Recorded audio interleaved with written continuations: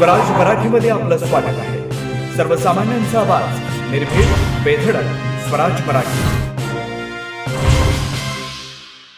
सांगलीचं आराध्य दैवत गणरायाच्या नगरीत श्री गणेश जयंती निमित्त श्री समर्थ कला क्रीडा व सांस्कृतिक मंडळ रुक्मिणी नगर इथं भक्तिमय वातावरणात महिलांनी श्री गणेश जन्मकाळ उत्साहात साजरा केलाय।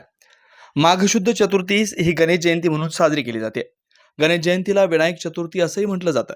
आज गणेश जयंती निमित्त आकर्षक फुलांची मनमोहक सजावट करून जन्मकाळाचा पाळणा सजवण्यात आला होता।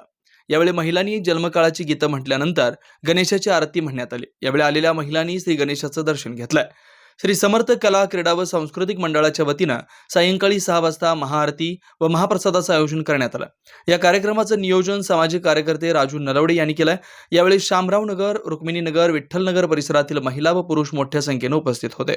श्री स्वामी समर्थ सांस्कृतिक कला क्रीडा मंडळ व नवदुर्गा मंडळ यातर्फे सालाबादाप्रमाणे यावर्षी सुद्धा श्री गणेश जन्मकाळ मोठ्या उत्साहाने साजरा करण्यात आला आहे।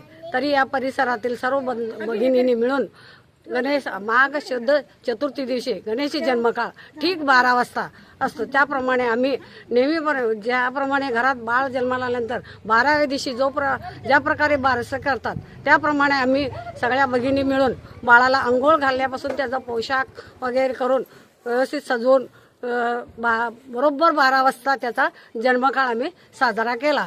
आणि संध्याकाळी या मंडळांच्या वतीने महाआरती आणि महाप्रसाद आहे। या सर्वांचा या रुक्मिणी नगर, हनुमान नगर आणि इतर परिसरातल्या सगळ्या भाविक भक्तांनी याचा लाभ घ्यावा ही सगळ्यांना या मंडळातर्फे आग्रहाची विनंती आहे। आणि हे सर्व कार्यक्रमाचे आयोजन श्री प्रमोद उर्फ राजू नलवडे यांनी केलेलं आहे। त्याला शतशः आभार त्याचा आणि त्याला दीर्घायुष्य लाभो, असंच मोठमोठी त्याच्या हाताने कार्य होऊ देत।